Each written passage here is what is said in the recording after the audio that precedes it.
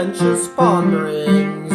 We deal with Shakespeare theater, past and present, with our host, Luke Soderblom, and his guest, Darth Vader.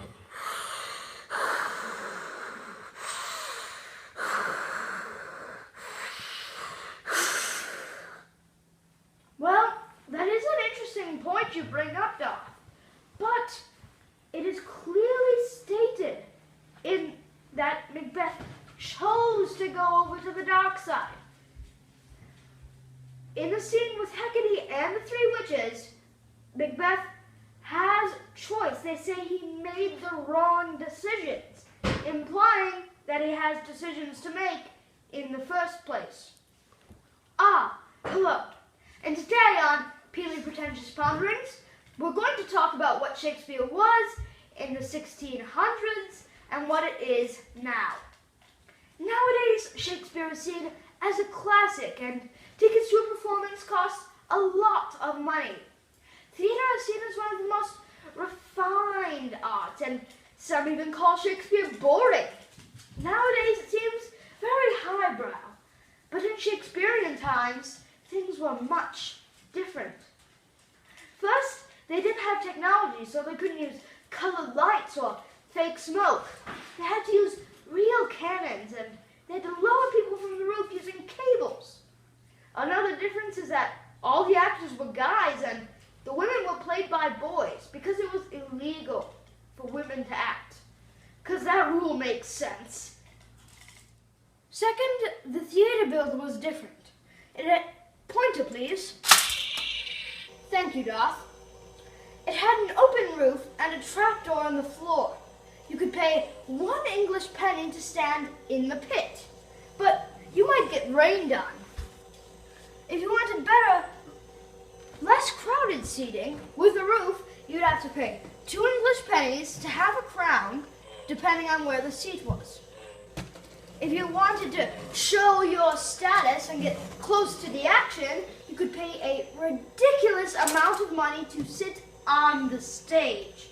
This seating was mainly employed by the upper crust of the gentry to show off and bug people in the pit. The entire mood in the theater was different. It was more like a football game / gladiator match than a refined theater we think of today. People pushed each other to get better spots in the pit, and they talked during the play. Staff walked around selling meat pies, beer, and other food items.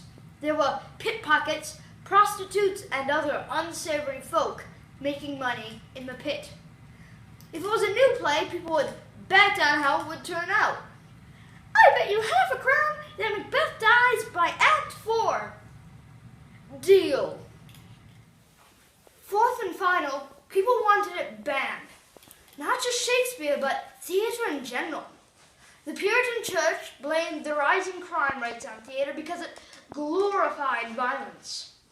Anybody could afford a spot in the pit, including apprentices.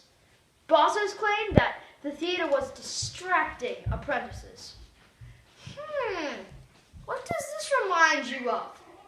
Video games, perhaps? The church and government saying, hey, there's this new form of entertainment that everyone can participate in and is really violent. Let's blame the rising crime rate and youth laziness on it. The more things change, the more they stay the same. I think this tells us that no matter the era, humans will always find something to blame for their misbehavior. If we have been stealing and killing for so long, why haven't we stopped?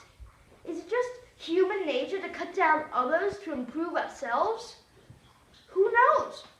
Maybe in 400 years, we may be assigning our children to analyze classics such as Grand Theft Auto and Call of Duty.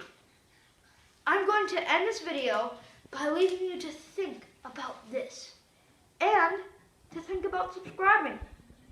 Goodbye.